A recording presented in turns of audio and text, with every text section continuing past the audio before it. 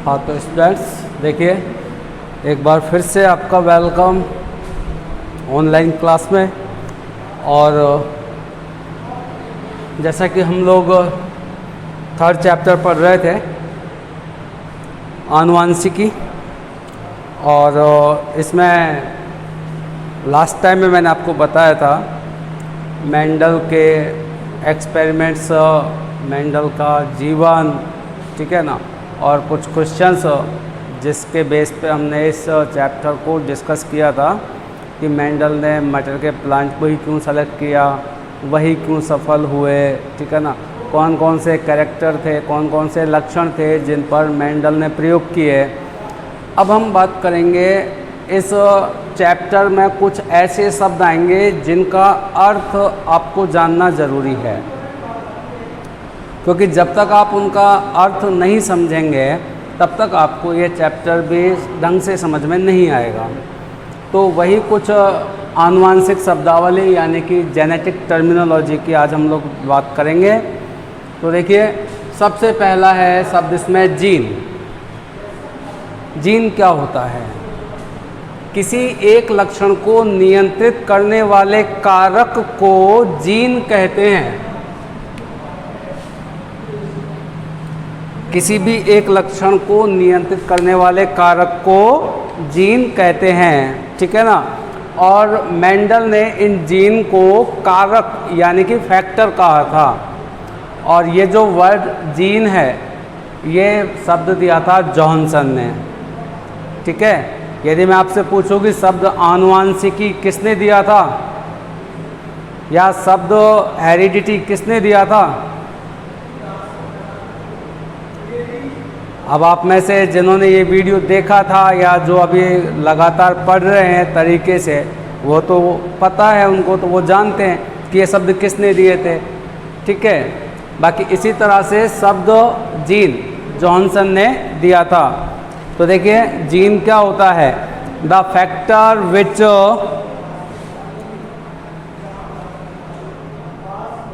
Control any character, ठीक है ना, is called gene. The factor which control any character is called gene. And Mendel ने इन gene को factor कहा था। और शब्द जीन किसने दिया था? जॉनसन ने, ठीक है। इसके बाद सेकंड है एलिलोमार्फ। एलिलोमार्फ होता है युग्म विकल्पी, मतलब किसी भी लक्षण को नियंत्रित करने वाले जो जीन होते हैं ये हमेशा जोड़े में होते हैं, यानी कि युग्म में होते हैं, पेयर में होते हैं, ठीक है। और किसी भी जीन के दोनों पेयर्स को, दोनों विकल्पों को प्रदर्शित करने वाले कारक को युग्म विकल्पी कहते हैं। किसी भी जीन के दो विकल्पों को प्रदर्शित करने वाले कारकों को युग्म विकल्पी कहा जाता है। मतलब the term allelomorph was used for the factors representing the two alternate form of a gene. मतलब किसी भी जीन की टू अल्टरनेट फॉर्म को रिप्रेजेंट करने वाले फैक्टर्स को एलिलोमार्फ कहा जाता है। फॉर एग्ज़ाम्पल, पादप की लंबाई को व्यक्त करने वाले दो जीन हैं। पादप, मटर के पौधे मैंने आपको बताया था, कॉन्ट्रास्ट कैरेक्टर लास्ट वीडियो हमने डिस्कस किया था। मटर के लंबे पौधे भी होते हैं, मटर के बौने पौधे भी होते हैं, ठीक है ना। तो पादप की लंबाई यानी कि हाइट ऑफ प्लांट, ये कैरेक्टर हुआ। इसके दो विकल्प हुए, एक तो लंबा पौधा, एक बौना पौधा। तो इस तरह से जो युग्म विकल्पी हैं वो यही हैं कि पादप की लंबाई को व्यक्त करने वाले दो जीन कौन से हैं? एक तो लंबापन है जिसको कैपिटल टी से लिखा जाता है, और एक बौनापन है जिसको स्मॉल टी से लिखा जाता है, ठीक है बेटा। इसके बाद नेक्स्ट है होमोजाइगस, मतलब समयुग्मजी। समयुग्मजी क्या रहेगा? जैसा भी मैंने आपको बताया था कि किसी भी लक्षण को नियंत्रित करने वाले जीन युग्म में यानी कि जोड़े में होते हैं, और यदि जोड़े के यानी कि युग्म के दोनों जीन एक जैसे हों तो उसे समयुग्मजी कहा जाता है। जैसे लंबेपन में दोनों टी कैपिटल हों, बौनेपन में दोनों टी स्मॉल हों, यहाँ पे दोनों टी कैपिटल हैं, यहाँ दोनों टी स्मॉल हैं, ठीक है। तो इनको हम कहते हैं होमोजाइगस यानी कि समयुग्मजी। तो समयुग्मजी किसे कहेंगे, होमोजाइगस किसे कहेंगे? An individual who contain identical alleles, मतलब दोनों एक जैसे हो, ऑफ ए जीन और factor of a character on his homologous chromosome is called homologous, तो हो या होमोजाइगस। तो देखिए किसी भी कैरेक्टर को कंट्रोल करने वाले जो जीन होते हैं वो पेयर में होते हैं, और पेयर के दोनों जीन, दोनों फैक्टर जब सेम हो, आइडेंटिकल हो, तो उसको हम कहते हैं होमोजाइगस। इसका अपोजिट होता है हेट्रोजाइगस, विषम युग्मजी, मतलब जब पेयर के दोनों जीन, युग्म के दोनों जीन अलग अलग हों, है ना, डिफरेंट हों, तो उसे हम विषम युग्मजी या हेट्रोजाइगस कहते हैं। जैसे यहाँ पे कैपिटल टी के साथ स्मॉल टी, एक कैपिटल टी है दूसरा स्मॉल है, यहाँ पे कैपिटल आर और स्मॉल आर यहाँ पे जो है वो राउंड यानी कि बीज का जो आकार होता है गोल, उसके लिए है, और स्मॉल आर झुर्रीदार बीज के लिए होता है, रिंकल सीड के लिए होता है। तो जब बीज में या बीज के शेप को नियंत्रित करने वाले जो जीन हैं उसमें कैपिटल आर भी है और स्मॉल आर भी है, तो ये जो रहेगा ये हेट्रोजाइगस यानी कि विषम युग्मजी रहेगा। इसी तरह से कैपिटल टी के साथ स्मॉल टी है तो वो भी हेट्रोजाइगस यानी विषम युग्मजी रहेगा। इसके बाद आता है नेक्स्ट टर्म आपका फिनोटाइप यानी कि लक्षण स्वरूप। लक्षण स्वरूप क्या होता है? किसी पौधे की या किसी भी सजीव की बाह्य प्रतीति को लक्षण स्वरूप कहा जाता है, मतलब ऐसे लक्षण जिनको बाहर से देखकर ही पता लगाया जा सकता है उन्हें हम बाह्य लक्षण स्वरूप कहते हैं। फॉर एग्जाम्पल जैसे आपका रंग, आपकी लंबाई, है ना, उसी तरह से प्लांट का जब हम बात करते हैं, पौधे की जब हम बात करते हैं तो उसकी लंबाई बाहर से देख के पता कर लेंगे ना। जैसे यदि ये दो प्लांट हैं,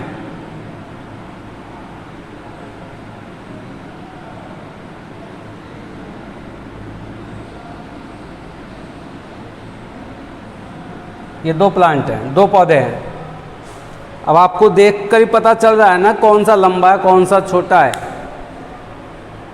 पता चल रहा है ना। तो जिन लक्षणों को बाहर से देख कर के ही हम लोग बता देते हैं उन्हें हम कहते हैं लक्षण स्वरूप, जिनको बाहर से देखकर ही पता लगाया जा सकता है। जैसे बाहर से दिखाई देने वाला पौधा ये भी हो सकता है, ये भी हो सकता है। अब दो पौधे एक जैसे हों,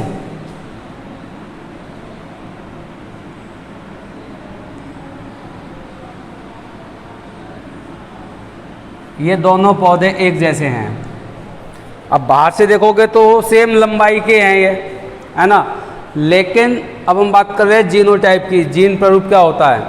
किसी पौधे की जीनी संरचना, जीन स्ट्रक्चर को जीन स्वरूप कहते हैं। अब बाहर से तो आपको ये दोनों पौधे लंबे नज़र आएंगे, लेकिन ये लंबे हैं या फिर इस तरह के लंबे हैं, क्योंकि दोनों ही जो युग्म हैं वो लंबे दिखाई देंगे बाहर से। तो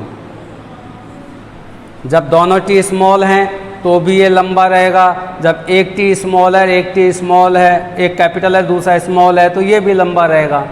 दोनों पौधे लंबे हैं, लेकिन जब दोनों टी कैपिटल हैं, दोनों टी एक जैसे हैं, कैपिटल से मतलब नहीं है, एक जैसे हैं, तो इसको तो हम कहेंगे समयुग्मजी लंबा। क्या कहेंगे इसको? समयुग्मजी लंबा या शुद्ध लंबा। और इसको लंबा तो है लेकिन इसमें बौनेपन का गुण भी छिपा हुआ है, स्मॉल टी भी इसमें है, तो इसको हम कहेंगे हाइब्रिड या इम्प्योर या अशुद्ध लंबा या विषम युग्मजी लंबा। इसमें दोनों जो जीन हैं वो अलग अलग है, देख रहे हैं आप, एक कैपिटल है दूसरा स्मॉल है ना। तो ये तो हो गया विषम युग्मजी लंबा, ये हो गया समयुग्मजी लंबा। बाहर से देखोगे दोनों एक जैसे नज़र आएंगे, लेकिन जब हम इनके जीन के आधार पे इनको अध्ययन करते हैं या इनका अनुपात निकालते हैं तो तो उसको हम कहते हैं बेटा क्या, जीनोटाइप यानी कि जीन प्ररूप, है ना। नेक्स्ट है डोमिनेंट कैरेक्टर, प्रभावी लक्षण। अब प्रभावी लक्षण या डोमिनेंट कैरेक्टर किसे कहते हैं? वे लक्षण जो F1 पीढ़ी में अपने आप को व्यक्त करते हैं प्रभावी लक्षण कहलाते हैं। वे लक्षण जो अपने आप को F1 पीढ़ी में प्रकट कर पाते हैं या व्यक्त कर पाते हैं उन्हें हम प्रभावी लक्षण कहते हैं या डोमिनेंट कैरेक्टर्स कहते हैं। फॉर एग्जाम्पल, जैसे आप एक लंबा पौधा लें,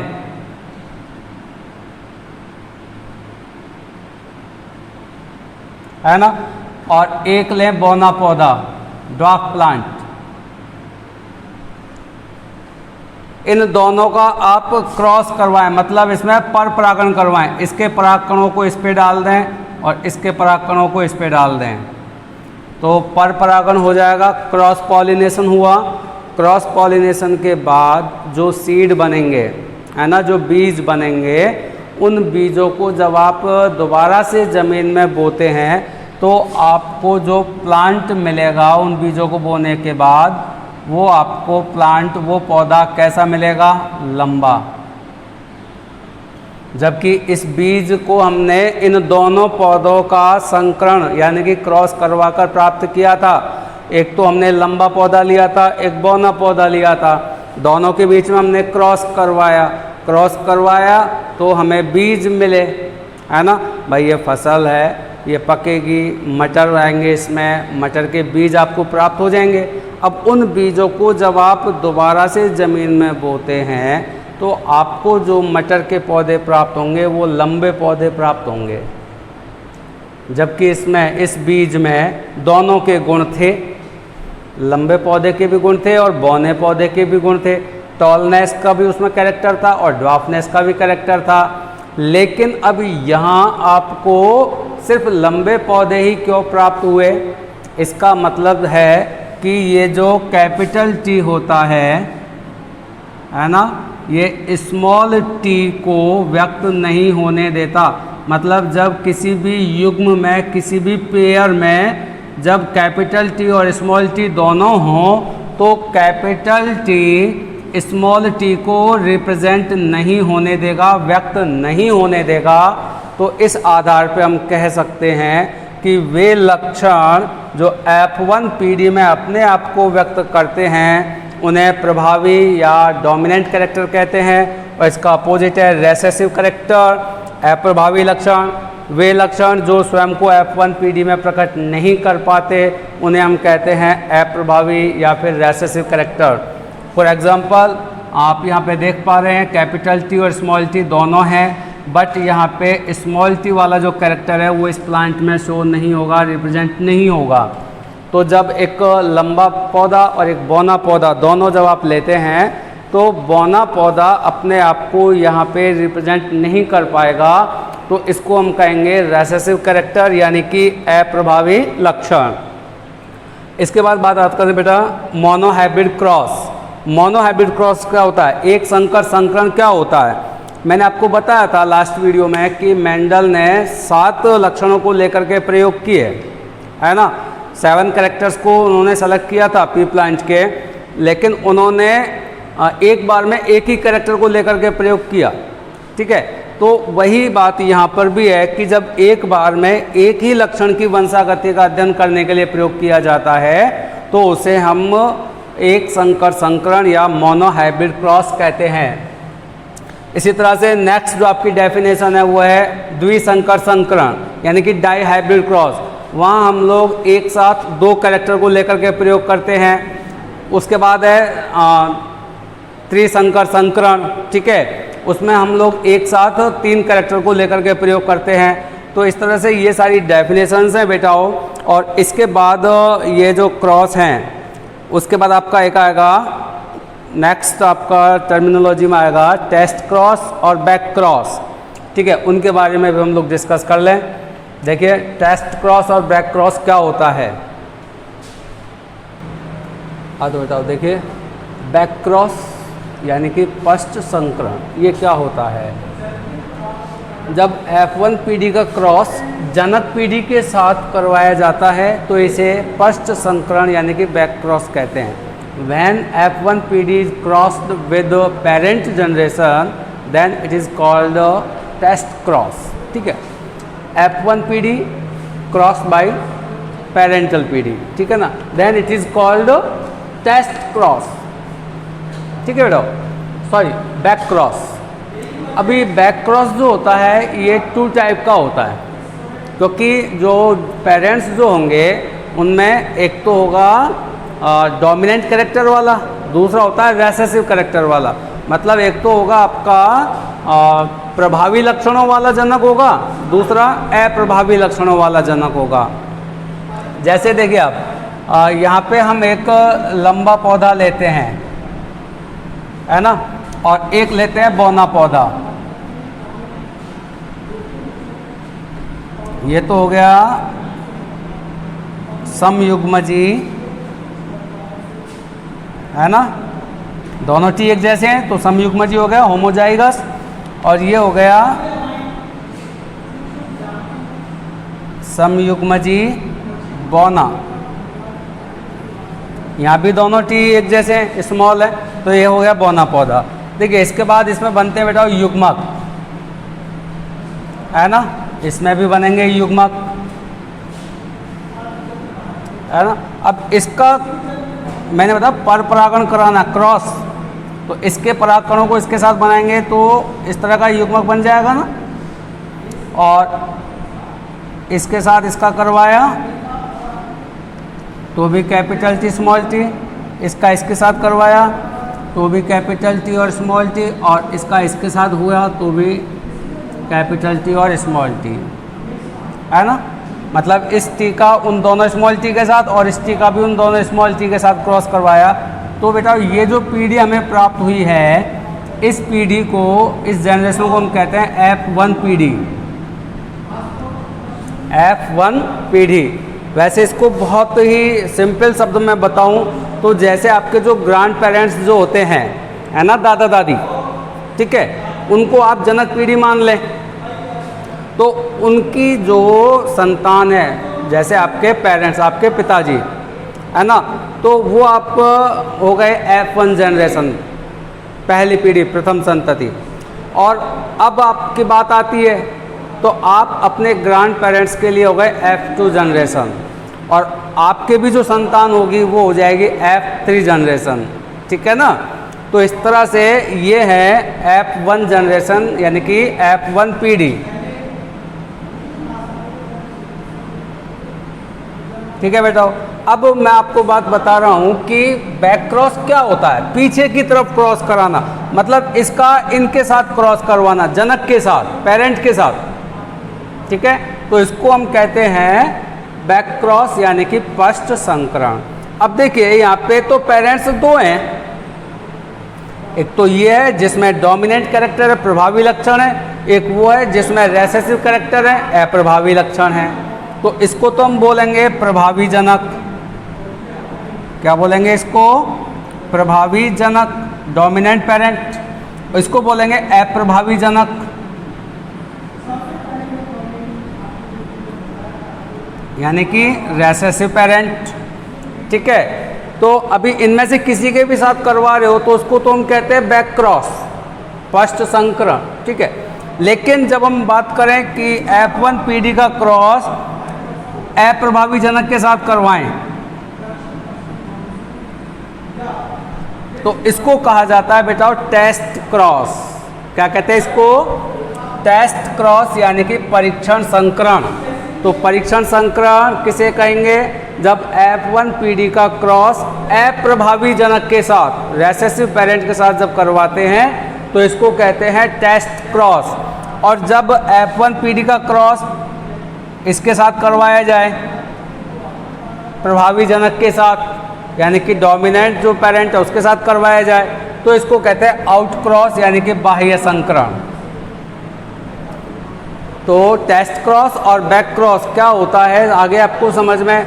टेस्ट क्रॉस का मतलब तो होता है F1 पीढ़ी का क्रॉस रेसेसिव पेरेंट के साथ करवाया जाए, और आउट क्रॉस होता है, यानी कि बाह्य संकरण क्या होता है, जब F1 पीढ़ी का क्रॉस डोमिनेंट पेरेंट के साथ करवाया जाए, ठीक है। और जब ये दोनों इंडिविजुअल ना दिए हों, ठीक है, आपसे कहा जाए कि F1 पीढ़ी का क्रॉस जब जनक पीढ़ी के साथ करवाया जाता है तो उसे क्या कहेंगे, पश्च संकरण। आगे बात आपको समझ में। अब हम बात करते हैं रेसिप्रोकल क्रॉस की, यानी कि व्युत्क्रम संकरण क्या होता है। ऐसा क्रॉस जिसमें पहले जिस पौधे को नर पौधा माना गया था उसे मादा पौधा बना दिया जाए, तथा जिसे पहले मादा पौधा बनाया गया था उसे अब नर पौधा बना दिया जाए, तो इसे व्युत्क्रम संकरण कहते हैं, ठीक है ना। जब हम उसका जेंडर चेंज कर लेते हैं या उसका सेक्स जब चेंज कर लेते हैं और फिर उन्हीं सेम प्लांट्स में हम दोबारा से क्रॉस करवाते हैं तो इसको हम कहते हैं रेसिप्रोकल क्रॉस। जैसे आप यहाँ इसको देखें, एक प्लांट है ए और दूसरा प्लांट है बी, दो प्लांट हैं। अब पहले हमने मेल प्लांट कंसीडर किया ए को और बी को मान लिया हमने फीमेल प्लांट, मतलब ये तो मान लिया हमने नर पौधा, ओके, और इसको मान लिया हमने मादा पौधा।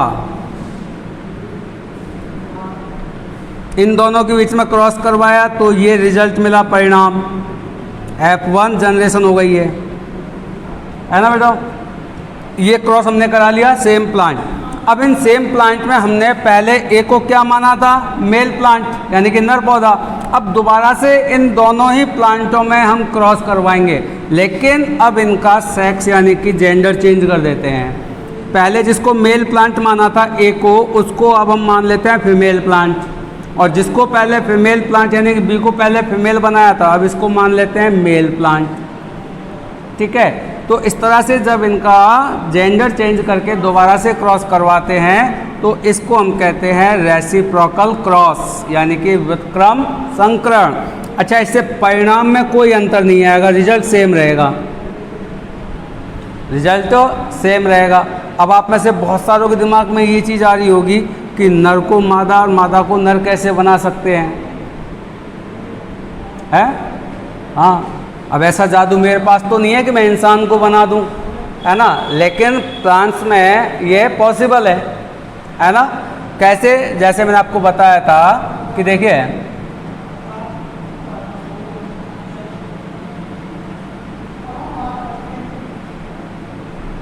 ये एक मैं फ्लावर की स्ट्रक्चर बना रहा हूँ, पुष्प, फूल,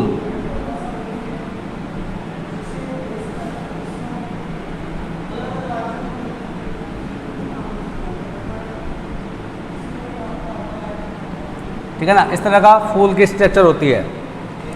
तो ये तो होती हैं फूल के बाहर, सबसे बाहर हरे रंग की पंखुड़ियाँ, है ना, ग्रीन कलर की, इनको हम बोलते हैं पेटल्स, सॉरी सेपल्स, सेपल्स बोलते हैं इनको।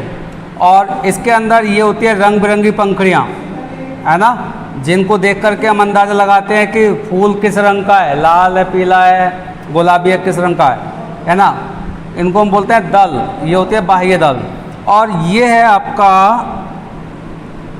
पुष्प का जननांग।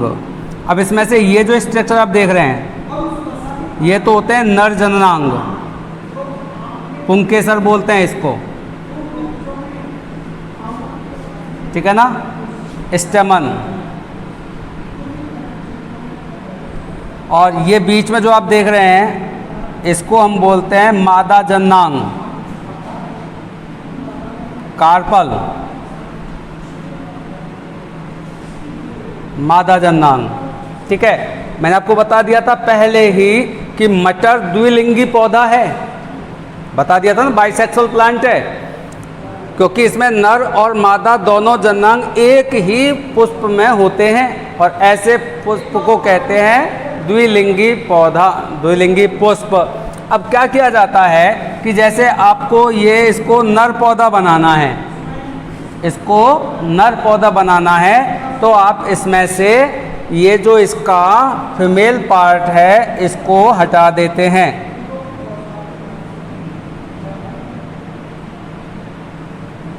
तो ये हो गया नर पौधा, ठीक है। और इसको मादा पौधा बनाना होता तो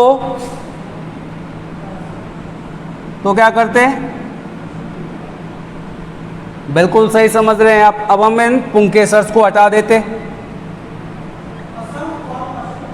अब इसमें सिर्फ मादा जननांग रह गया, तो ये अब मादा पौधा हो गया, ठीक है ना। तो ऐसे ही हम यहाँ पे जब एक प्लांट ए की बात करते हैं तो इसमें से हमने किसको हटा दिया? मादा जननांग को, यानी कि कार्पल को हटा दिया, तो ये नर पौधा बन गया। और बी में से क्या हटा दिया? स्टेमन, पुंकेसर हटा दिए तो ये मादा पौधा बन गया, इनके बीच में क्रॉस करा दिया। अब जिस पौधे में से पहले हमने फीमेल जो रिप्रोडक्टरी सिस्टम हटाया था, ठीक है ना, अब उसमें से हम मेल रिप्रोडक्टरी सिस्टम को हटा देंगे, इसको रखेंगे, तो ये पौधा अब कैसा बन जाएगा? फीमेल, है ना। और ये कैसा बन जाएगा? मेल। और दोनों के बीच में क्रॉस करवाएंगे तो आपको रिजल्ट मिलेगा।